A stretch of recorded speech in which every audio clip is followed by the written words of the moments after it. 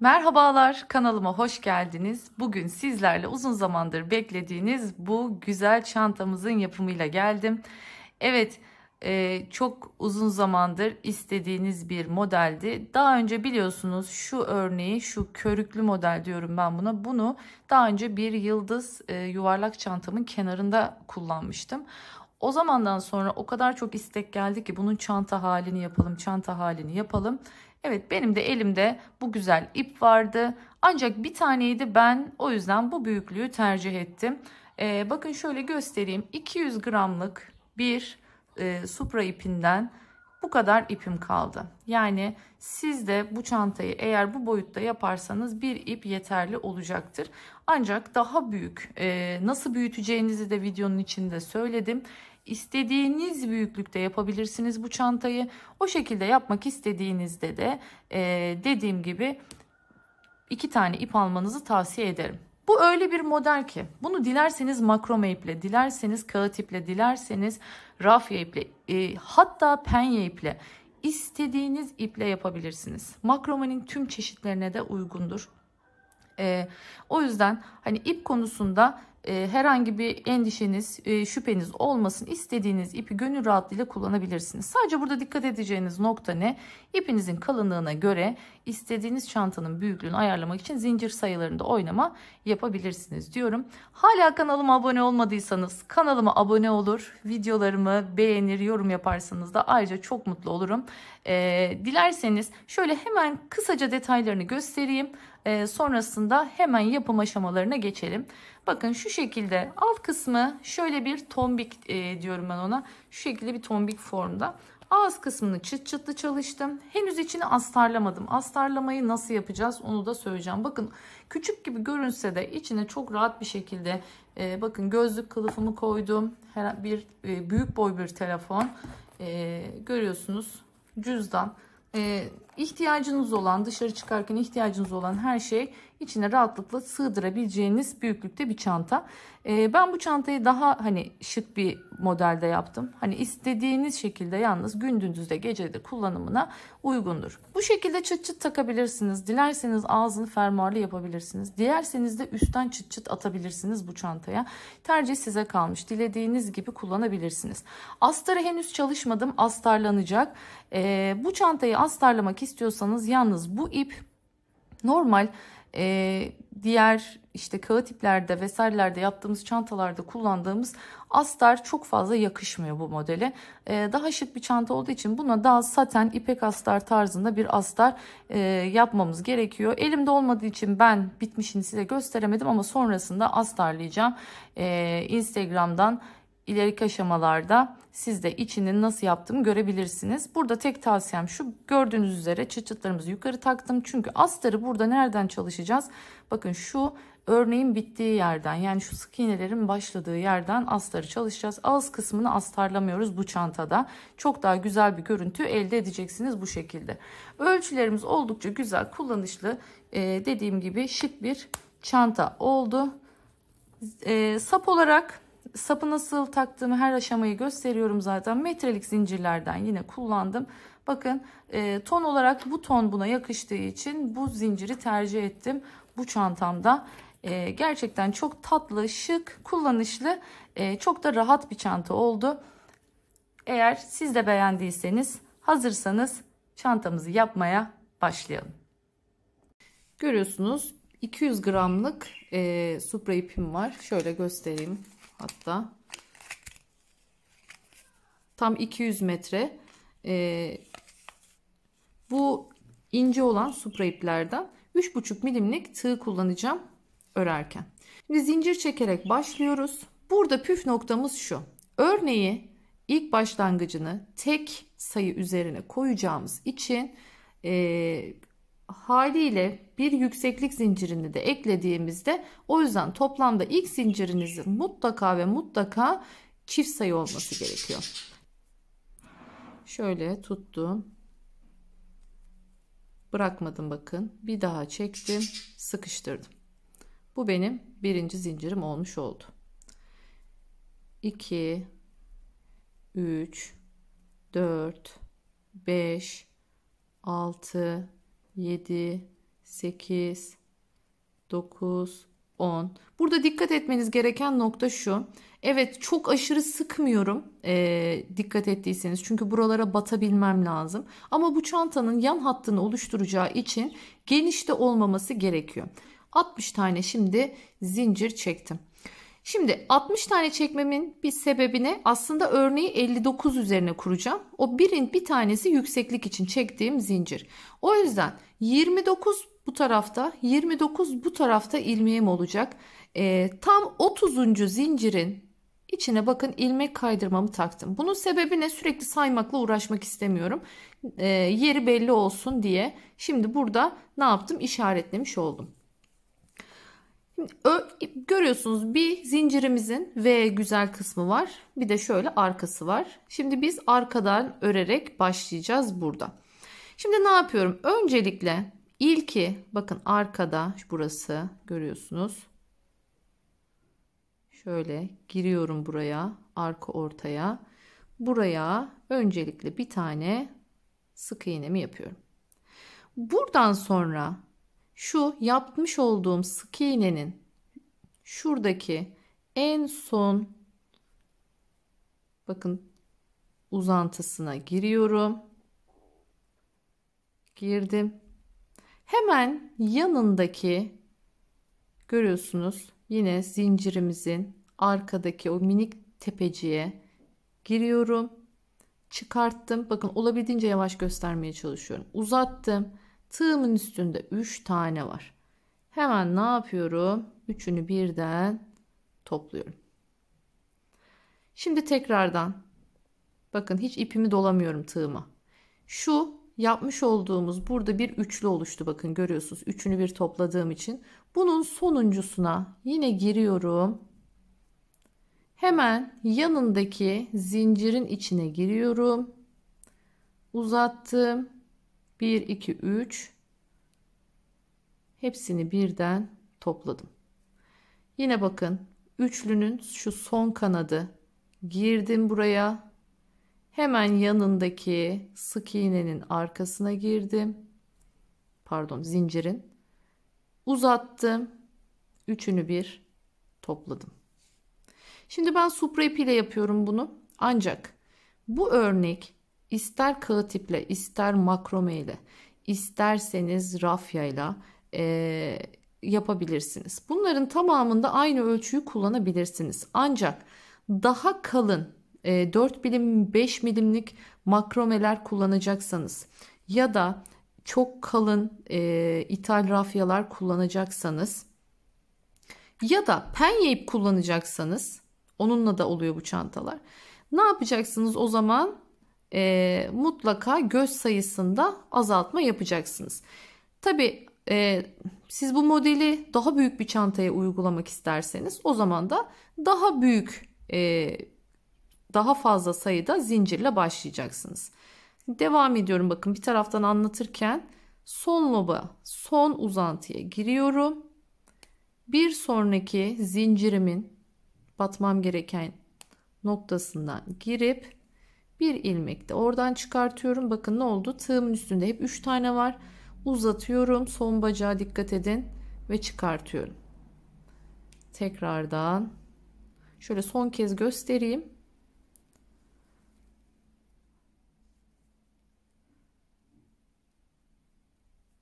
Kastettiğim şey şuydu. Şuranın altının bakın böyle düzgün olmasını sağlıyor. Şu arka loblara batmak. Eğer bunları zincirlerinizi başlangıçta sıkı değil de gevşek çekerseniz şuradaki V'leriniz yani şu ilk başlangıcınız çok geniş olacak. Çok gevşek olacak. O yüzden bunu yapmıyoruz. Zincirlerimizi normal ayarında çekiyoruz. Buna dikkat edelim. Tekrardan hatırlatmış olayım. Şimdi nereye kadar devam edeceğim? İşaret koyduğum şu 30. zincir vardı ya, o zincirin bir öncesine gelene kadar aynı şekilde örneğimi koymaya devam edeceğim. Sonra artık burada arttırma yapacağız. Nasıl yapacağız? Kaç tane yapacağız? Onu göstereceğim. Evet, geldik bakın. İşaretlediğim ilmeğin hemen bir öncesine geldim. Şimdi buraya çift yapacağım. Yani 2 tane örnek koyacağım. Hemen yapalım. Yine bakın son uzantısı, şu üçlünün son uzantısına giriyorum. Geldim sıradaki ilmeğin içine. Bu sefer 2 tane yapacağım. Birinciyi yaptım. Bakın yine son uzantısına girdim. Şimdi aynı yere tekrar giriyorum. Bakın şu dibinde ya, aynı yere tekrar giriyorum. Uzattım yine. Bu arada ipin rengi de şahane. Yani çok güzel bir altın sarısı, böyle muazzam bir rengi var diyebilirim. Hemen bakın ilmek kaydırmamı buraya çıkartıyorum. Şimdi bunun içine bu sefer 3 tane yapacağım. İpimi geçirdim. İlmeğimin içine giriyorum. Uzattım. Bakın uzatmaya dikkat edin, bu çok önemli. Şu son bacağın uzun olması lazım. Girdim tekrardan. Bakın aynı yere tekrar giriyorum. Aynı dibine. O son aldığım ilmeğin dibine giriyorum. Evet, ikinci, bakın yaptığım ikinciye ne yapıyorum? İşaretleyicimi takıyorum. Çünkü buraya 3 tane yapacağım ya. Bu benim yine neyim olmuş oldu? Çantamın tam orta noktası olmuş oldu. Bakın sonuncuyu gene alıyorum. Çok yavaş gösteriyorum bilerek. Bakın tam onun dibi burası. Tam şu dibine tekrardan girdim. Üçünü bir topladım. Burayı da üçlemiş oldum. Şimdi hemen yanındakine geleceğim. Bakın yanındaki burası. Yanındakinin içine ise 2 tane yapacağım. İpimi yine son ilmeğe girdim. Yanındaki, dikkat edin burada. Çünkü siz bu ilmeği içine 3 tane yaptığınız için genişletmiş oluyorsunuz. Haliyle bu sefer ne oluyor? Bakın şu yanındaki ilmek küçülmüş oluyor. Onu şöyle bir yerini belli edeyim. İlk sıra böyle hiç şey yapmayın, endişe etmeyin. Sonraki sıralarda zaten batacağınız yerler çok rahat olacak. Evet. Girdim, uzattım. Bakın birincisini yaptım. Şimdi aynı yere bir tane daha. Bakın tam uzattığım ilmeğin, çok dikkat edin, bakın yan tarafa geçmiyorum. Yine dibi. Bakın o ilmeğin olduğu yere giriyorum.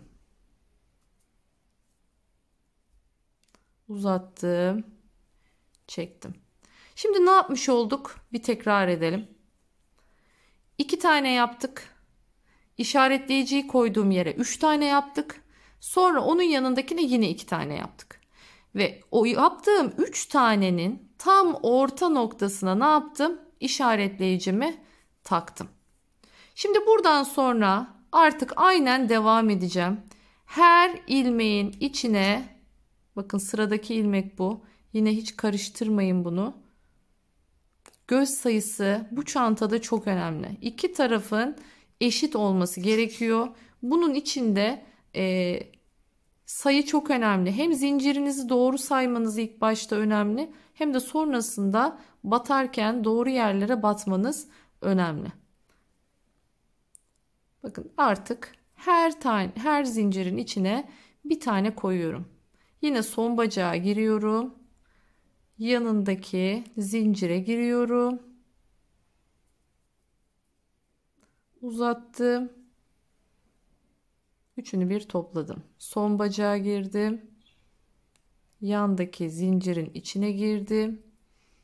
Uzattım. Bakın üçünü bir topladım. Şimdi bu şekilde sıra sonuna kadar geliyoruz. Şimdi bir üst sıraya geçiyoruz artık. Bir üst sıraya geçerken bu ipimi nasıl gizleyeceğim? Hemen onu da gösteriyorum size. Bakın benim en son topladığım burada bir üçlü var. Görüyorsunuz. Hemen şu ikisinden giriyorum. Bu ilmeğimi yukarıya çekiyorum. Artık bu ipimi arada üzerine örerek ne yapabilirim? Gizleyebilirim. Bu çok önemli bir teknik aslında aynı zamanda.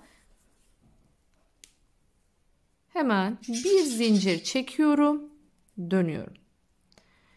Burada artık bu saatten sonra hep arka loblara gireceğiz. Yani bu çanta bitene kadar hep arka lobları işleyeceğiz. Bakın şuradaki V'lerimiz var ya, bu V'lerin hep arka loblarını kullanacağız.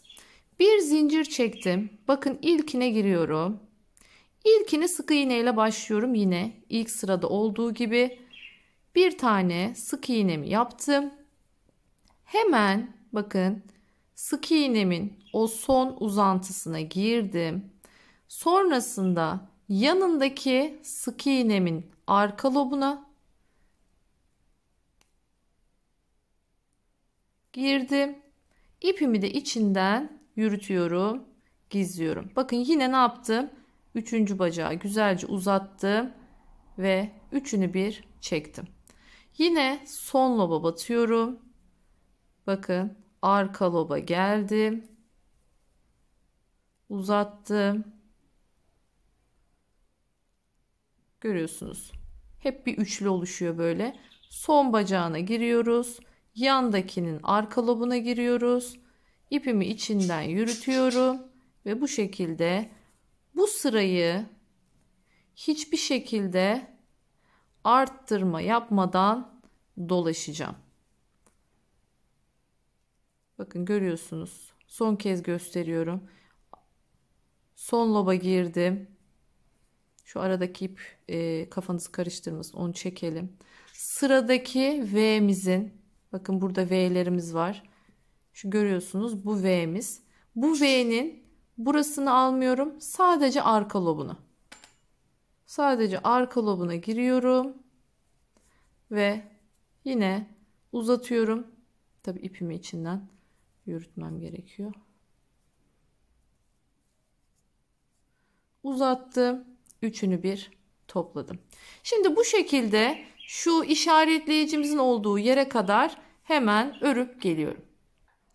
Evet, şimdi işaretleyicimizin olduğu noktaya geldik. Şimdi burada işaretleyicimizin aslında herhangi bir arttırma yapmıyoruz. Neyi göstereceğim? İşaretleyicimizi çıkartıyorum. Hemen onun olduğu yere örneğimizi koyuyorum ve koyar koymaz aynı yere tekrardan işaretleyicimi takıyorum. Çünkü bu benim orta noktam, bunu kaybetmemem lazım. Buradan sonra artık hiçbir değişiklik yok. Aynen devam edeceğim. Yine bakın arka loblara örneğimi koymaya devam ediyorum. Sıra sonuna kadar bu şekilde örüp geleceğim. Gerçekten bakın şu görüyorsunuz değil mi? Şu ortadaki V hattı, bunu oluşturmuş oluyoruz bu şekilde arka loblarına bataraktan. Hemen bu kısmı da bitiriyorum ve bir üst sıraya geçiyoruz. Evet, geldik. Sonuncuyu da bakın yaptık. Şimdi burada ne yapıyorum? Hemen yine bir zincir çekiyorum ve dönüyorum. Döndüm. Yine arka lobdan devam ediyorum. İlk sık iğnenin bakın arka lobuna giriyorum. Bir tane sık iğnemi yapıyorum. Sık iğnemin şurada görmüş olduğunuz iki tane bacağı var. Bakın. Bunun yine sonuncusuna giriyorum. Buradan bir ilmek çıkartıyorum. İnşallah gireceğim. Evet, buradan bir ilmek çıkartıyorum. Sonrasında hemen yanındaki bakın arka loba giriyorum. Uzattım. Çektim. Yine bakın bu üçlü bacağın sonuncusuna girdim. Yanındaki ilmeğin arka lobuna giriyorum. Çektim. Son bacağını aldım. Arka lobuna girdim. Çektim. Bu şekilde yine aynı örneği devam ettiriyoruz. Nereye kadar? Hemen ilmek işaretleyicimin bir öncesine kadar örüp hemen geliyorum. Evet, bakın işaretleyicimin bir öncesine geldim. Ona da bir taneyi yaptım. Hemen aynı ilmeğin içine bakın dibine giriyorum. Bu ilmeğin dibindeki deliğe. Aynı yere tekrardan girdim. Uzattım. Burayı çiftlemiş oldum. Şimdi ne yapıyorum? İşaretleyicimin olduğu yere yine arka lobuna bir tane aldım. Bakın arka lobuna girdim. Uzattım. Bu bir. Yine geldim. Aynı yere girdim. Bu 2. Hemen ikinciyi yapar yapmaz artık işaretleyicimi buraya takıyorum.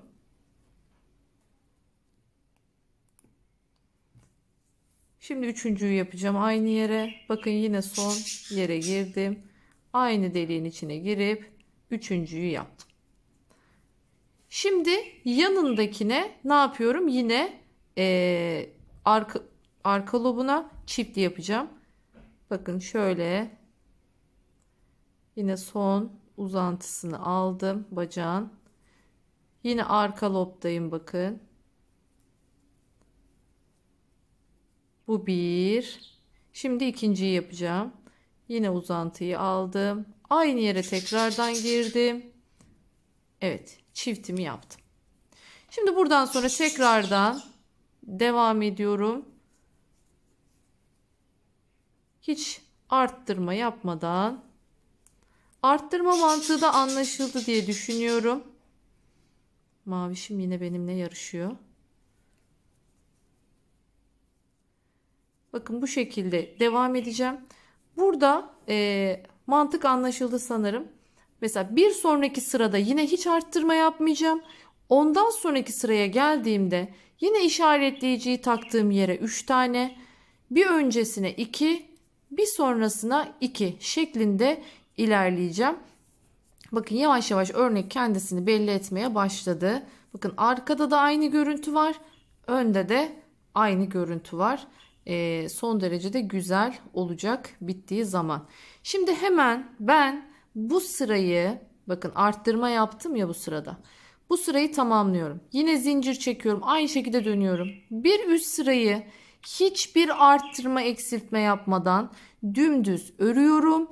Tekrar arttırma yerine geldiğimde devam ediyoruz. Bakın kaçıncı sıradayız? Hemen onu da sayalım. 1, 2, 3. sıradayız şu anda. Dediğim gibi 4'ü öreceğim. 5. sırada buraya geldiğimde tekrar görüşeceğiz. 1'de arttırma var, 2'de yok. 3'te arttırma var, 4'te yok. 5'te arttırma var, 6'da yok şeklinde ilerleyeceğiz. Hemen şunu da hatırlatmak istiyorum. Şuna aman dikkat edin. Yani burası çok önemli. Şu sonuncu yeri eğer ki batmayı unutursanız, çünkü o ister istemez şunun altında kalıyor. Eğer ona batmayı unutursanız bir müddet sonra ne olur? Göz sayınız küçülmeye başlar. Bu kısım önemli bir detay diyebilirim. İlmek genişliklerinizi eşit tutmaya dikkat edin. V'leriniz düzgün olsun, güzel olsun. Onlar da yine önemli. Yani kastettiğim şey şu. Şuradaki V'leriniz düzgün olursa örneğiniz de düzgün bir şekilde yerleşmiş olur diyorum. Hemen dediğim gibi 4. sırayı örüp 5. sıranın da ortasına kadar yine örüp geliyorum. Evet, gelmişken sıra sonuna bir göstermek istedim. Nereyi unutmamamız gerekiyor? Onu bir hatırlayalım. Hani demiştim ya, şurada altta kalan bir ilmek daha var.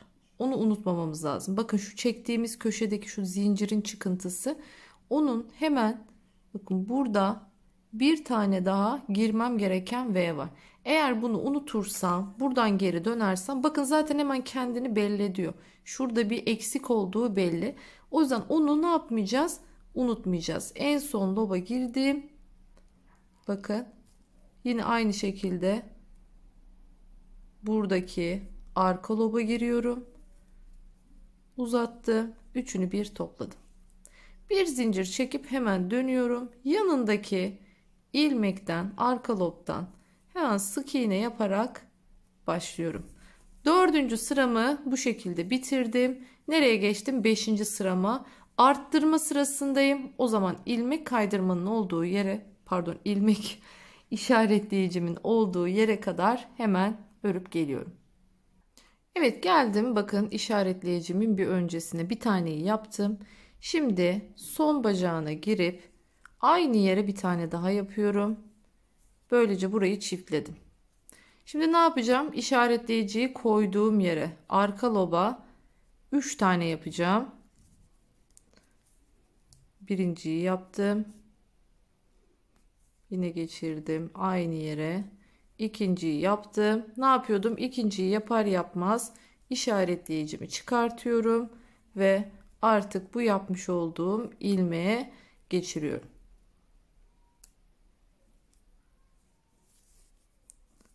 Şimdi ne yapacağım? Üçüncüsünü yapacağım. Son kez gösteriyorum artık bu sırada. Evet, üçüncü de tamam. Yine son lobuna battım.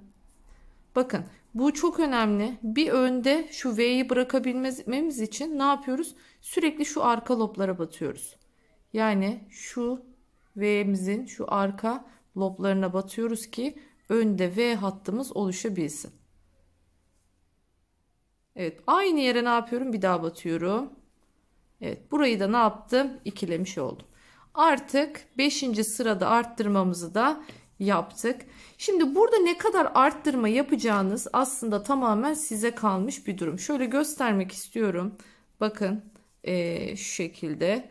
Burada bir ne oluşturuyoruz? Görüyorsunuz, bir yuvarlak bir hat oluşturmuş oluyoruz. Yani bunu daha sonra bu kısmını birleştireceğiz. Böyle bir siz çantanızın ne kadar tombik olmasını istiyorsunuz? İşte ne kadar bir yuvarlaklığı olsun istiyorsunuz? Ona göre devam edebilirsiniz. Ben bir kere daha yapacağım aynı şekilde.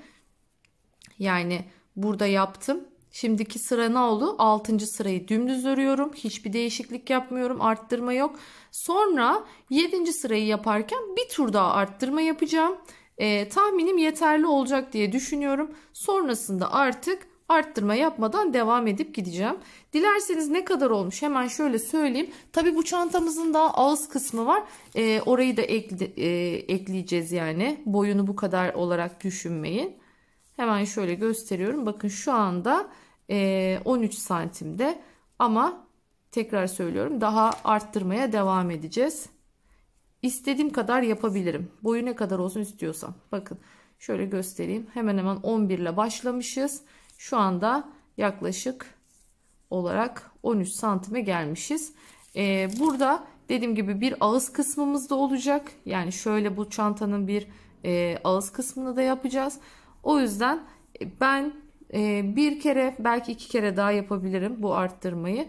Ama ondan sonra artık istediğim genişliğe gelene kadar ne yapacağım? Hiç arttırma eksiltme yapmadan git gel aynı mantıkta örmeye devam edeceğim.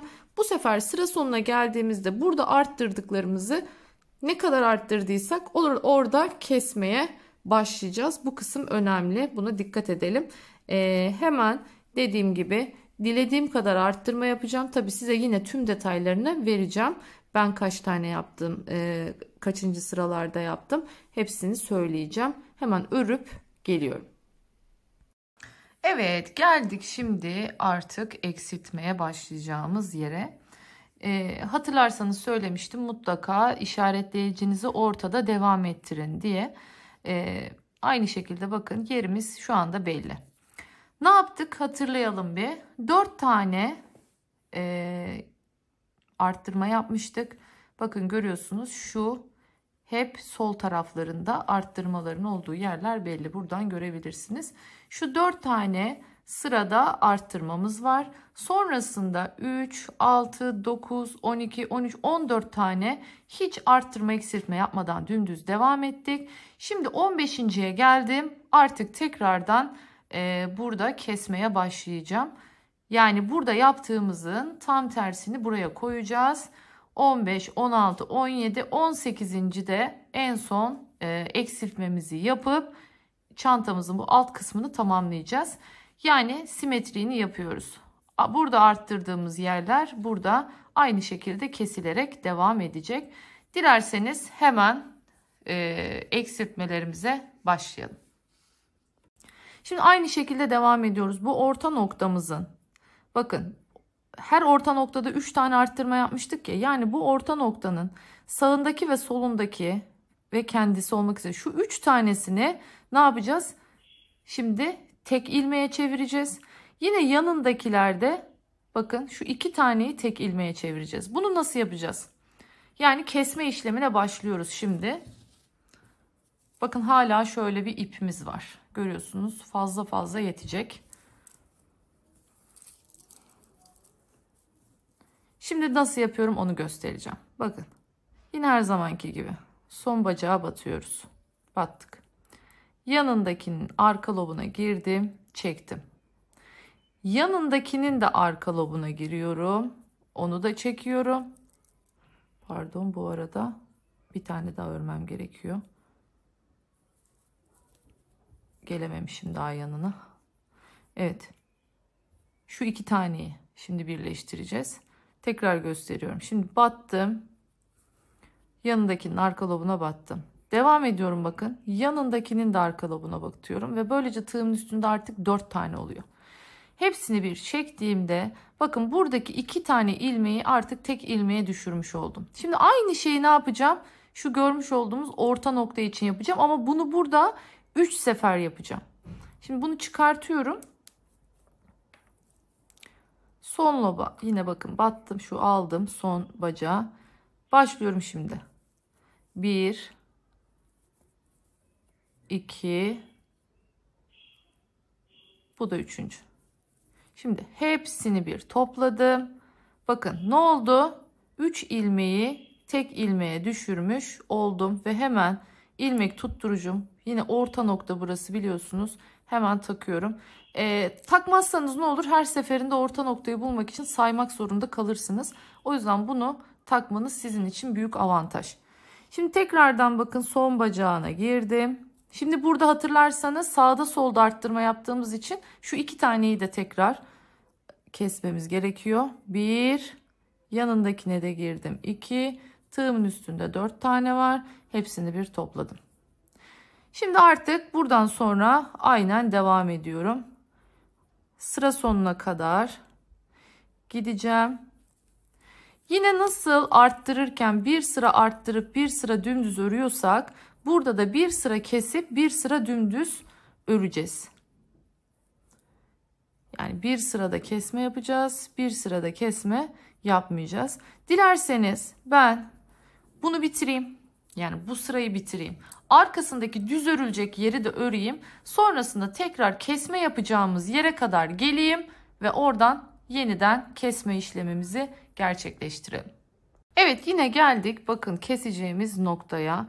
Yine ilmek tutturucumun şöyle göstereyim. Kendisi sağındaki solundaki bu üçlü keseceğim yer. Bunu ayırdım. Hemen öncesinde ikili keseceğim yer olması gerekiyor biliyorsunuz. Ne yapıyorum? Bakın son loba hemen girdim. Bir, buna battım. Bir, yanındakine battım. Tığımın üstünde 4 tane var. Hepsini bir topladım. Şimdi geldim. Bakın ilmek tutturucumun olduğu kesme yerine. Üçlü kesiyoruz burada. 1, 2 ve 3. Hepsini bir. Bakın bu sefer beşli oluyor. Hemen hiç vakit kaybetmeden ilmek tutturucumu tekrardan takıyorum. Yine son bacağa battım. Yine ikili kesmedeyiz. Bakın. 1, 2. 4 tane var. Hepsini topladım. Buradan sonra artık bu sıradaki kesme işlemimiz de bitti. Yola devam ediyoruz. Şimdi aynı işlemi tekrarlayacağız. Artık buraları çekmeme gerek yok. Unutmayın, bir sıra kesme yapıyoruz, bir sıra düz yapıyoruz. Bir sıra kesme, bir sıra düz. Hep bu şekilde gidiyoruz. Yani ne demek istiyorum? Bakın bu sırayı bitirdiğimde bir sıra düz öreceğim. Hiç arttırma eksiltme yapmamış olacağım. Sonra tekrardan eksiltme arttırma koyacağım. Tekrar bir sıra düz gideceğim. Sonra sonuncu eksiltmemi de yapacağım ve orada artık bitireceğim. Evet, çantamızı artık bitirdik, alt kısmını. Bakın bir tarafını ben hemen şöyle göstereyim. Şurada görüyorsunuz, ilmek kaydırma ile birleştirdim. Bu şekilde neden birleştiriyorum? Bakın görüntünün devamını sağlayabilmek için. Çünkü bunların her bir ortası görüyorsunuz zaten ilmek kaydırma gibi. O yüzden ben de aynı görüntüyü sağlayabilmek adına ilmek kaydırmayla birleştirdim. Şu aşamadayken hemen birleşimini sağlayalım. Ölçüleri vereyim. Devam edelim. Şimdi burada ben artık 3 milimetrelik tığa geçtim. Aslında bence bu ip için 3 milim daha uygun. Dediğim gibi elim çok sıkı olduğu için ben 3,5'la örmüştüm. 3,5'ta da tığın ağzı çok büyük olduğu için birazcık açıkçası daha zorlayıcı oluyor diyebilirim. Ve hemen şurada alttan örmeye, birleştirmeye başlıyorum. Burada şuna yalnız çok dikkat edin. Sapma olmaması lazım. Yani burada çantanızın biliyorsunuz bir orta noktası vardı. Bu tam o orta noktasından başlamanız gerekiyor. Neresi bu orta noktamız? Ben ilmek tutturucuyu çıkartmışım ama şurada kesme yaparak en son burası başlangıç yeri biliyorsunuz. Arttırarak başlamıştık. İlk başta hatırlarsanız tam 3 kere battığımız bir nokta vardı. Kenarlarına da 2'şer tane batarak gitmiştik. Şu bizim tam görüyorsunuz orta noktamız. 3 kere battığımız orta noktamız. Onu şöyle katlıyorum. Şu şekilde. Hemen bakın şu orta noktayı bırakıyorum. Yanındaki ikililerden başlayacağım. Burada ne yapıyorum? Birbirlerine bakan şu iç loblarını alıyorum. Şöyle V'lerimiz var ya. V'lerin birbirine bakan içteki yerlerine batacağım. Evet. Bir tane buna battım. Bakın yine aynı şekilde burada da aynısını yapıyorum. Burada da içe bakan. Evet. Girdim ikisine birden. Tığımı bu şekilde bıraktım. Şimdi alttan ipimi vereceğim. Şöyle. Dışarıdan gelen ses için kusura bakmayın. Gerçekten sürekli bir ya ağaç motoru sesi ya inşaat sesi. Evet. Hemen yanındaki bakın şurada. Burası başlangıç yeri olduğu için zor olan kısım burası. O yüzden direkt buradan göstererek bu tarafını göstermek istedim sizlere. Diğer tarafta zaten bitiş ilmeklerimiz olduğu için orası çok daha kolay. Burası daha sıkı ilmeklerin olduğu kısım. Bakın geçirdim içinden devam ediyorum. Bir buradan bir buradan. İkisinden de geçiriyorum. Sonra ilmek kaydırıyorum. Bir buradan bir buradan geçiriyorum. İlmek kaydırıyorum. Bu şekilde karşılıklı ağız ağza siz eğer ki anlayamadıysanız mutlaka sayın. Sayarak orta noktasını bulun. Ki tam ilmekleriniz karşılıklı olarak denk gelsin. Tekrar sökmek zorunda kalmayın. Çünkü yoksa buradan gelirsiniz. Burası ucuca gelmez. Mecburen söküp baştan başlamak zorunda kalırsınız. Garantiye olsun. O yüzden sayarak ilerlemenizi tavsiye ederim. Evet. Bu yöntemle bakın görüyorsunuz gayet güzel bir şekilde ilerliyor. Bu şekilde ağzına kadar hemen ilmek kaydırmalarımı yapıp geliyorum. Evet bakın sonuna kadar geldim. İlmek kaydırmalarım bitti. Şimdi burada artık yataya geçeceğiz. Burada bir tane şu şekilde zincir çekiyorum ve ne yapacağım burada onu hemen göstereyim. Bir tane araya bir tepeye, bir araya bir tepeye olmak üzere ilmek kaydırmalarla ilerleyeceğim. Bu benim şu aradaki yapmak istediğim ilmek kaydırmam olmuş oluyor. Hemen şuradaki tepeden devam ediyorum. Bakın bir tepeye ilmek kaydırma, bir tane şu orta noktaya ilmek kaydırma. Bakın bir tane ortaya yaptım. Bir tane tepeye ilmek kaydırma, bir tane ortaya ilmek kaydırma. Tepedeyim şimdi. Tepeye, ortaya. Bir tepeye, bir tane ortaya. Bakın bu şekilde şimdi çantamızın bütün ağzını dolaşacağız. Tekrar bakın tepedeyim şimdi. Şu tepedeki Bir tane bakın tam şu ortada. Hemen tepedeyim. Bakın şu görmüş olduğunuz V'lerin tepesinde şöyle bir yer var. Hemen ona giriyorum. Bir tane çukura.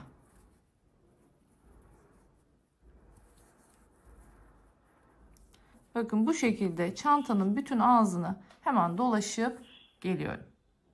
Bakın şimdi geldim. Arka taraftayım. Arka tarafta tepelerimiz biraz farklı. Şimdi burada nerelere batacağız onu göstereceğim.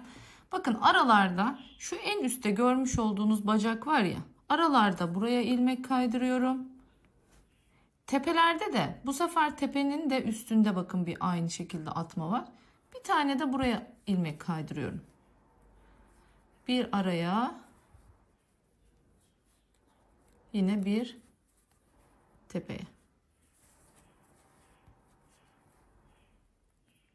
Bu şekilde arka tarafı da böylelikle dolaşmış olacağız.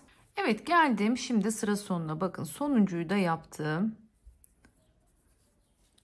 Burada şimdi şu yan taraftaki ilk yaptığıma ilmek kaydırıyorum ve bir zincir çekip yukarıya geçiyorum. Aynı noktaya bir tane daha bakın sık iğne yapıyorum. Şimdi görmüş olduğunuz her bir ilmek kaydırmanın içine bir tane sık iğne yapacağım. Tığım 3 milim, unutmayın. Ağız kısmının açılmaması için, yani daha böyle derli toplu bir görüntüsü olması açısından bu şekilde 3 milimlik tığa geçtim.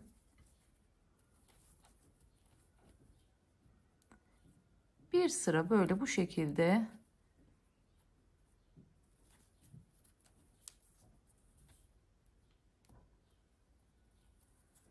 dolaşıp geleceğim. Üst sıraya nasıl geçeceğiz? Hemen onu göstereceğim.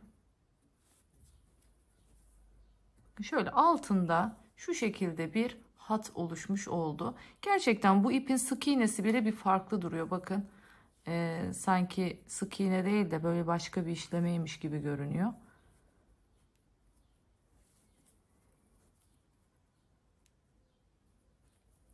Dilerseniz sıra sonuna kadar örüp geleyim. Daha sonra nasıl birleşip üst sıraya geçeceğiz hemen onu göstereceğim. Evet, geldik sıra sonuna. En son boşluğuma da yaptım. İpimi uzatıyorum. Hemen ilk sık iğne tepesi burası. Oradan şöyle arkadan giriyorum. İpimi geçiriyorum. Yukarı çektim. Şimdi aynen bu ipin uzantısından giriyorum. Tekrar geçirdim. İlmeğimi çıkarttım ve sıkıştırdım. Bu şekilde bir üst sıraya çıkmış oldum. Hemen normal yanındaki sık iğnenin tepesinden sık iğnelerimi yapmaya devam ediyorum.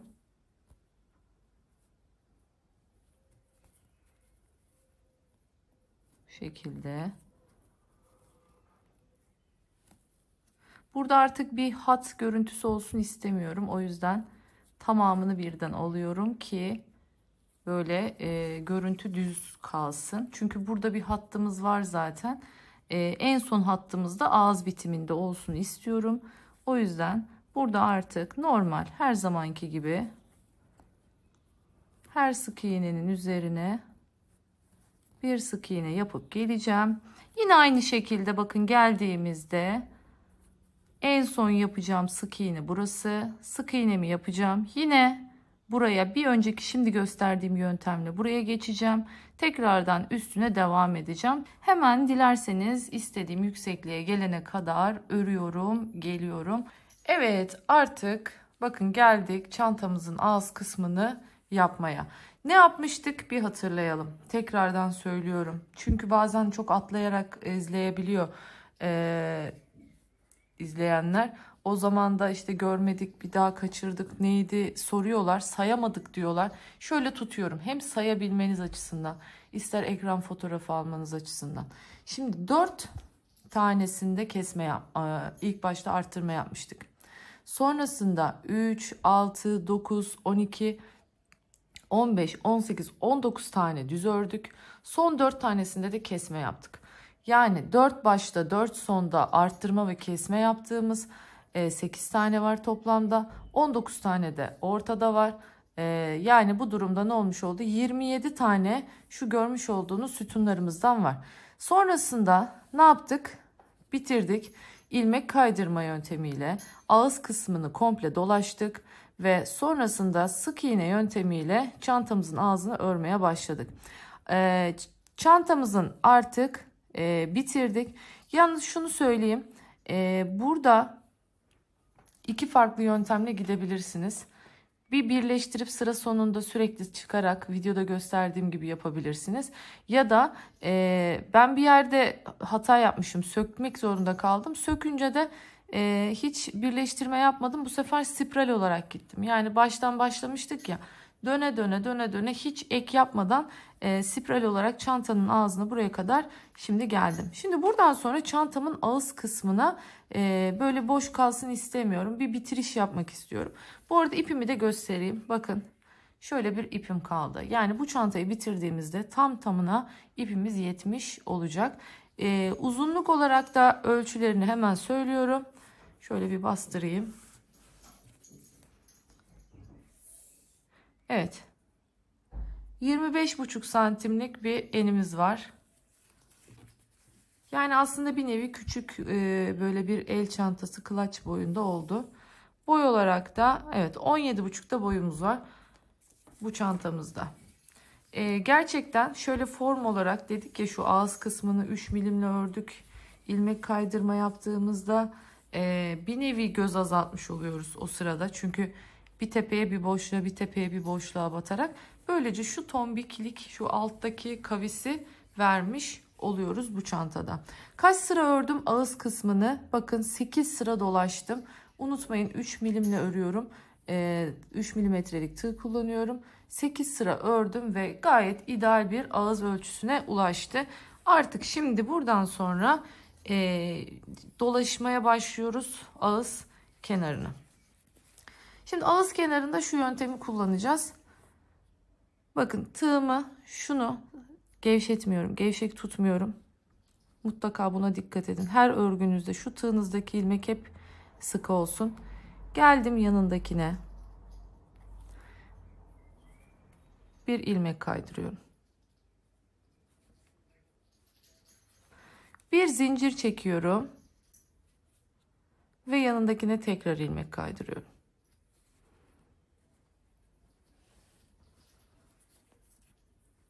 Bir zincir çekiyorum ve yanındakine tekrar ilmek kaydırıyorum. Bir zincir çekiyorum. Yanındakine tekrardan ilmek kaydırıyorum.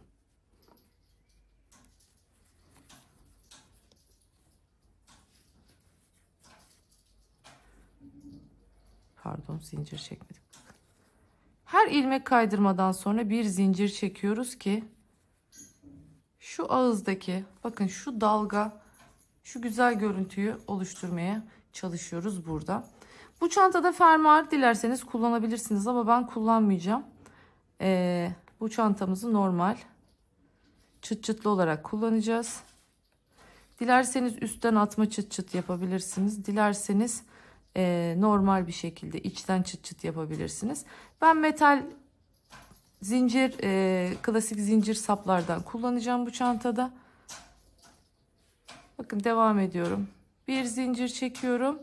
Bir tane ilmek kaydırıyorum. Bu şekilde şimdi sıra sonuna kadar dolaşıp hemen geliyorum. Evet, şimdi şu kenar kısımlarına birer tane halka takacağım. Ama bunu yaparken de böyle göze batmasını istemiyorum. Şöyle küçük, sağlam, serttir bunlar. Yani şuradan ayıramazsınız. Nereden kullanıyorum mesela bunları? Şunlar da zincirlerin ucuna takacak olduğum şu şekilde aparatlar. Bu benim eski bir normal bir kendi çantamın sapıydı. Bakın buradan bu halkaları tek tek çıkararaktan kullanıyorum. Siz de herhangi bir metrelik zincirlerinizdeki halkalardan yararlanabilirsiniz. Bunları şu sabit olan bunları yanlara takacağım. Şu görmüş olduklarınızı da bu sefer şöyle bir zincir kullanacağım çantada. Bu top zincirlerin biliyorsunuz takma yeri olmuyor. Bunları da burada değerlendireceğim. Bakın bu şekilde geçireceğim. Bu sonrasında da çantamızın yanındaki bu halkalara tutturacağım bunları. Böylelikle istediğinizde çantanın içine koyabilirsiniz rahatlıkla. İstediğinizde ise normal saplı olarak çantanızı takabilirsiniz. Şimdi bunu nasıl yapacağım? Şöyle göstereyim. Çantanın yan kısmına geldim. Bakın koyacağım şekilde şöyle yatırıyorum bunu buraya.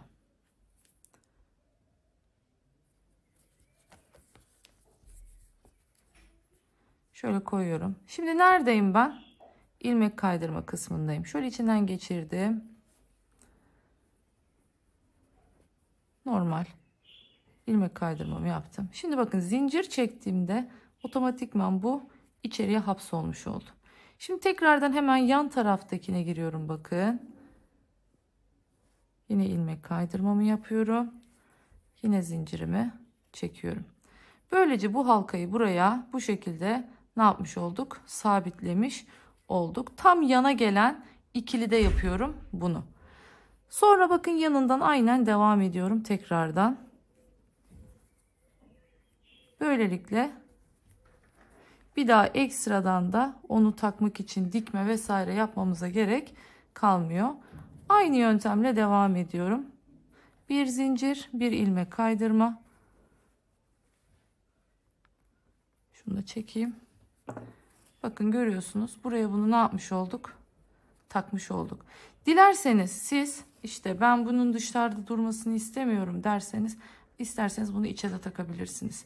Yani içten aynı şekilde elimle tutup dıştan bir halka değil içten bir halka da yapabilirsiniz bu çantayı. Hani gizli olmasını istiyorsanız. İsterseniz hemen o yöntemi de göstereyim. Hangisi hoşunuza giderse siz onu tercih edin. Bakın bu sefer ne yapıyorum? Tam tersi içeri koydum. Yine aynı şekilde en son zincir çekilik. Bakın ilmek kaydırma yapacağım şimdi. İçeri koydum. Geçirdim halkadan da görüyorsunuz. Şimdi ilmek kaydırmayı yapıyorum.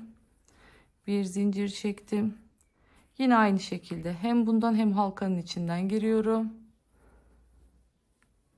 İlmek kaydırdım. Bir zincir çektim. Bakın hapsettim artık onu oraya. Yandakinden ilmek kaydıraraktan yoluma devam ediyorum. Bakın böylelikle sanki bu daha iyi oldu. Hem çantamızın iki yöntemi de göstermiş oldum. Bunu başka çantalarınızda da çünkü kullanabilirsiniz. Bakın ne oldu? Şöyle uzatalım bakın. Bu şekilde çantanın içinde kalmış oldu. Yani dışarıdan hiçbir şekilde bu halka böylelikle gözükmemiş oluyor. Hani dilerseniz kılaç gibi elinizde tutmak istediğinizde de böylelikle bu halkalar içeride gizlenmiş. Bakın şu şekilde içeride kalmış oluyor. İstediğiniz yöntemi tercih edebilirsiniz. Hemen buraya da aynı şekilde dolaşıyorum. Halkayı buraya takıyorum ve çantanın ağzını nasıl bitiriyoruz, nasıl kapatıyoruz onu göstereceğim. Evet, çantamız bitti. Bakın şöyle şu kadarcık bir ipimiz kaldı. Bununla dediğim gibi istediğiniz şeyi de değerlendirebilirsiniz. Püskül yapabilirsiniz. İşte dediğim gibi şöyle üstten kapaklı bir modele çevirebilirsiniz. Yani kapak yapabilirsiniz. Sapında mesela sizin normal zincir bir sapınız varsa, mesela benimki böyle olduğu için olmuyor.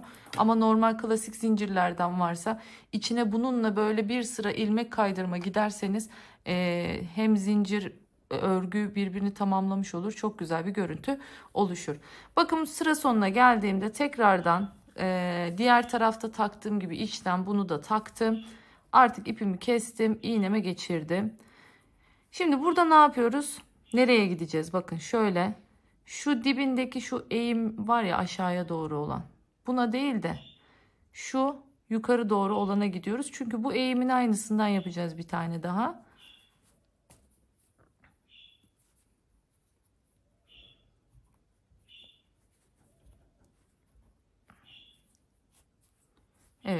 Şimdi aynen bakın ipin geldiği yerden tekrardan arkaya doğru gidiyorum. Görüyorsunuz şu bütünlüğü sağlamış olduk, tamamlamış olduk çantayı. Arkaya geçiyorum şimdi. Arkadan müsait bir yerden hemen şöyle alt sıraya geçiyorum. Her zamanki gibi sık iğnelerimin arasından gizliyorum. Bu daha sıkı bir model olduğu için elinizde çekemeyebilirsiniz. Mutlaka bir penseden yardım alın. İpinizi gizlemek için. Birazcık daha ip daha kaygan olduğu için biraz daha ilerleyeceğim.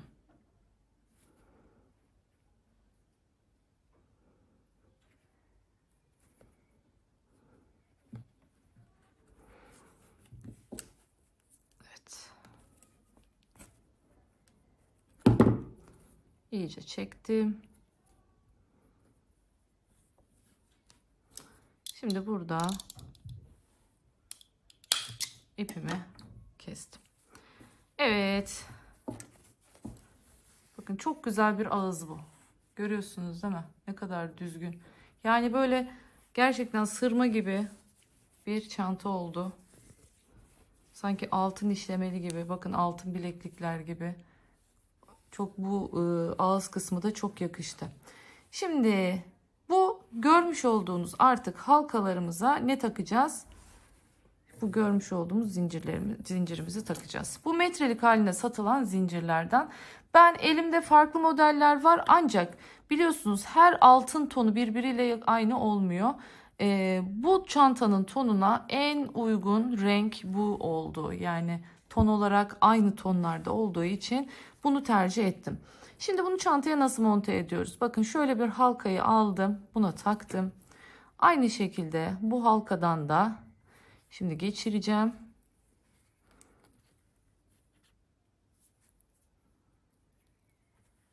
Buradan da geçirdim. Şimdi bunu artık bir pense yardımıyla sıkıştırıyorum. Güzelce sıkıştırıyorum ki çıkmasın. Şundan çıkmaz. Bakın bu kalın ama diğer taktığımız halkadan çıkabilir. O yüzden güzelce sıkıştırıyorum. Burada sizin kullanacağınız aparatlar size kalmış. Yani küçük kilitli halka kullanın. Yani istediğiniz aksesuarları tercih edebilirsiniz burada. Ben elimin altına kullanabileceğim uygun bunları buldum ve bunları kullandım.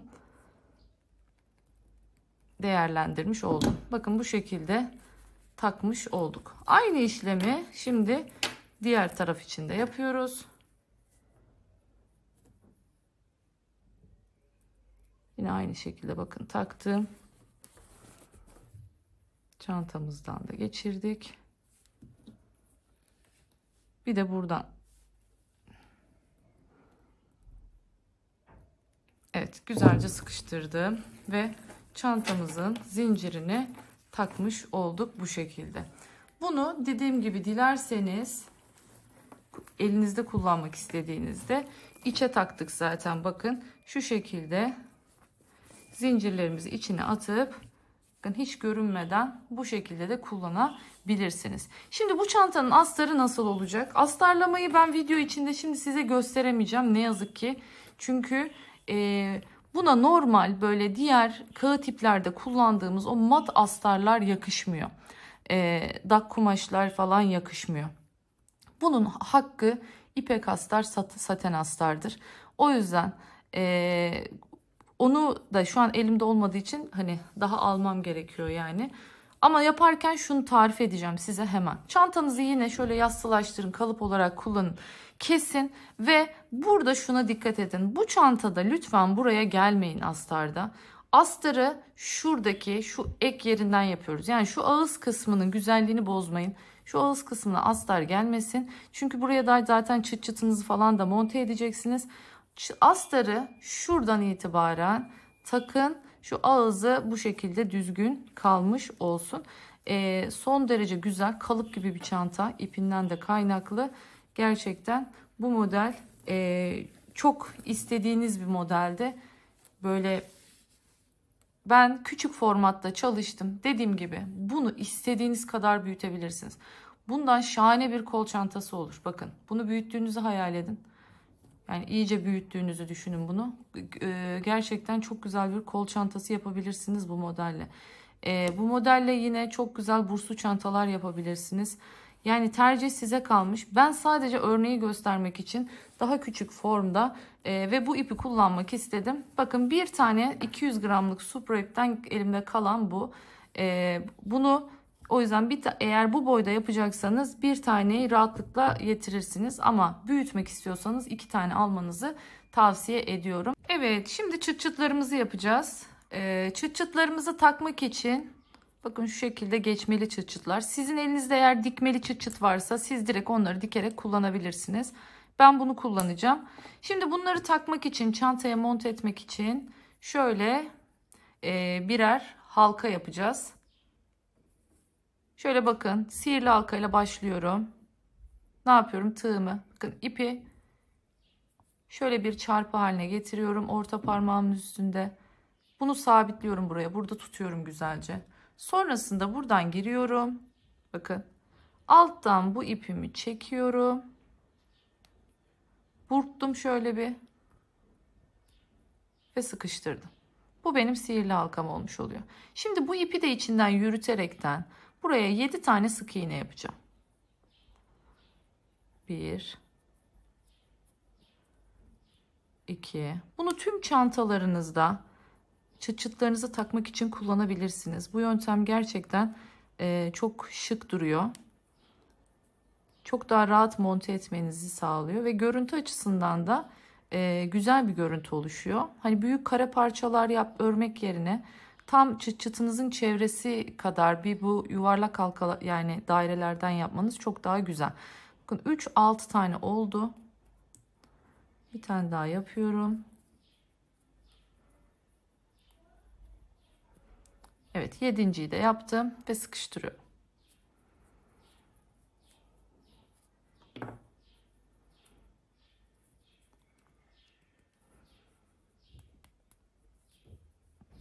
Evet, sıkıştırdım. Şimdi spiral olarak dönmeye devam edeceğim. Bakın ilk yaptığım sık iğnenin tepesine giriyorum şimdi. Artık burada bu sırada her bir sık iğneye çift batacağım. Evet. 1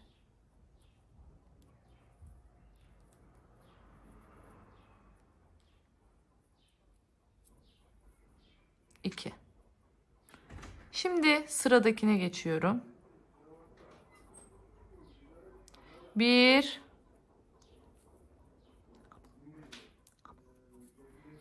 2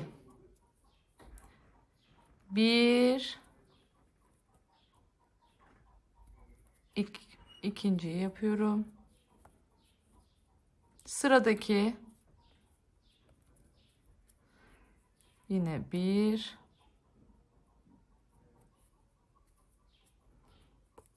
şöyle 2 yanındaki 1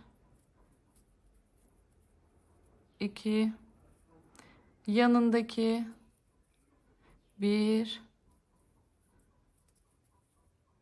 2. Bakın bunu diyelim ki karıştırdınız. Aa bitti mi? Şu an bitmedi de hani mesela. Ne yapacaksınız? Sayacaksınız. 1, 2, 3, 4, 5, 6, 7, 8, 9, 10, 11, 12, 13 tane. 14 olması gerekiyor ki demek ki bir tanesine daha çift yapacağım. Böylelikle toplamda 14'ü elde etmiş olacağız. Bakın tekrar sayalım. 2, 4, 6, 8, 10, 12, 14. Demek ki bu ne demek? Bitmiş. Şimdi ipimi bu sefer birazcık uzun bırakıyorum. Çünkü bununla dikeceğim. Şöyle iğnemizi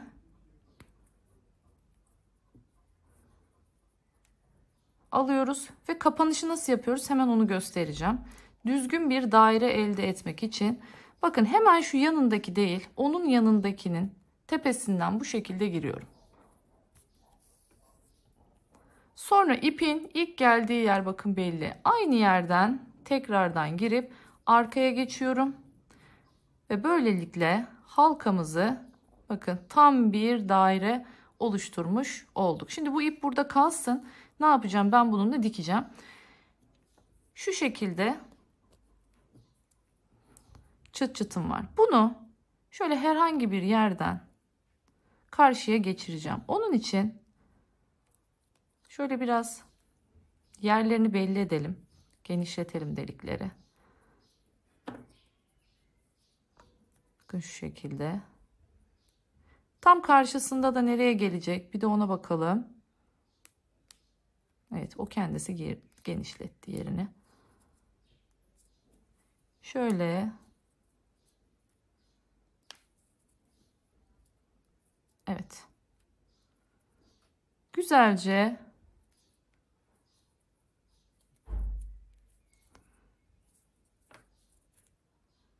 bastırdım. Bakın oturttum. Şimdi bu ipi bunların ikisinin ortasına denk getiriyorum.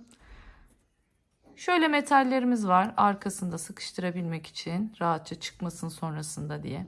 Şimdi pense yardımıyla bunları güzelce buraya kilitliyorum.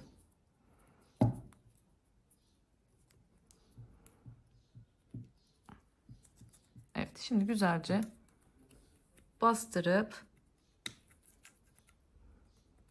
evet, iyice bakın güzelce sıkıştırdım. Şimdi şurada şu fazla ipi kesiyorum. Zaten onu biliyorsunuz, içinden geçirdiğim için uzatmış oldum.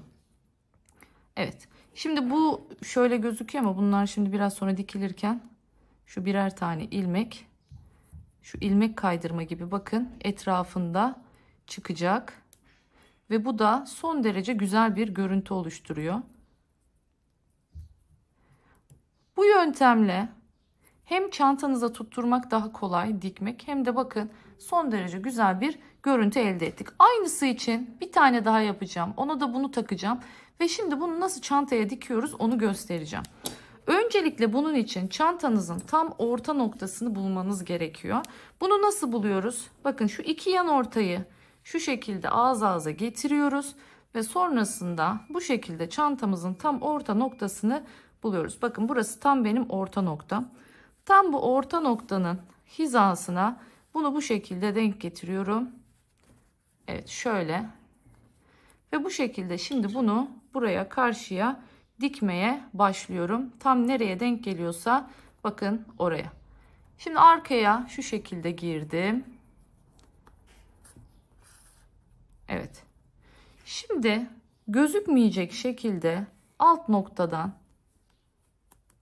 girdim. Burada çıkarken şu iki ilmeği birden alıyoruz ki o ilmek kaydırma görüntümüz bozulmasın. Sonra bir sonraki ilmekten girdim. Bakın yine aynı şekilde buradan çıktım. Altta bakarak nereye batacağıma bakıyorum ve hep boşluklara giriyorum. Yani sık iğnelerin boşluklarına giriyorum. Bakın bundan çıktım. Sıradaki bu. Şimdi sıradaki ilmekten mutlaka etamin iğnesi kullanın. Ucu küt iğne kullanın ki boşluklara girin sadece. Hemen bir yana geçiyorum bakın.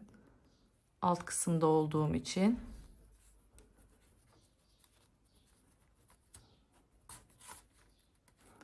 Hemen bir yanındaki bu şekilde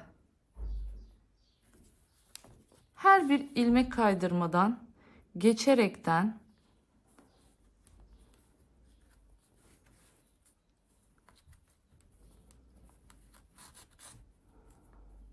çantamızı güzelce birleştiriyoruz. Bakın mantık şu. Bu şekilde devam edeceğiz. Böylelikle bunu takmış olacağız. Sonrasında şu çıt çıtınızı şöyle takın. Burada da yerini bu şekilde belirleyin. Tam hizasına bunu da monte etmiş olursunuz bu sayede. Hemen bunu dikeceğim. Bunun için yuvarlak hazırlayacağım. Bunu da karşıya dikeceğim. Ve artık çantamızı bitirmiş olacağız. Finalde görüşürüz diyorum. Bitirip geliyorum. Evet, çantamızı tamamladık. Finaldeyiz. Bakın şöyle bakalım içine. Çıt çıtlarımızı bu şekilde taktık. Şöyle göstereyim, karşılıklı olacak şekilde. Çantamızın büyüklüğünü daha iyi anlamanız için dilerseniz şöyle.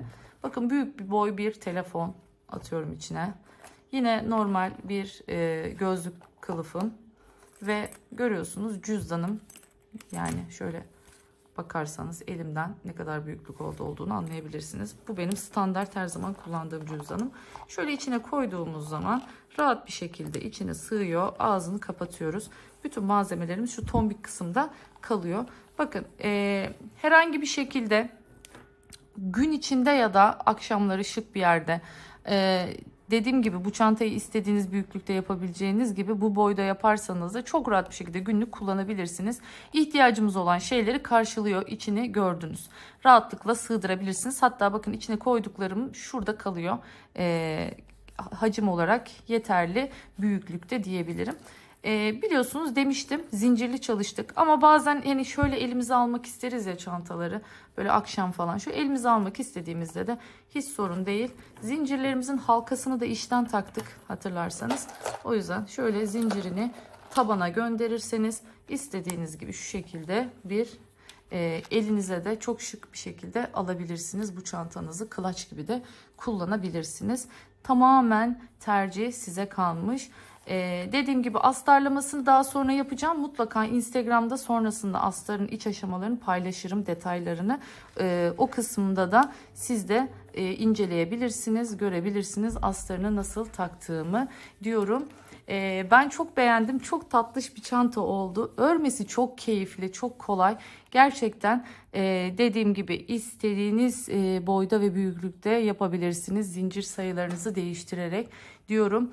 Umarım beğenmişsinizdir. Buraya kadar sabırla beni dinlediyseniz hepinize çok teşekkür ederim. Videolarımı beğenmeyi, yorum yapmayı lütfen ihmal etmeyin. Desteklerinizi bekliyorum. Kendinize çok iyi bakın. Bir başka videoda daha görüşmek dileğiyle. Hoşça kalın.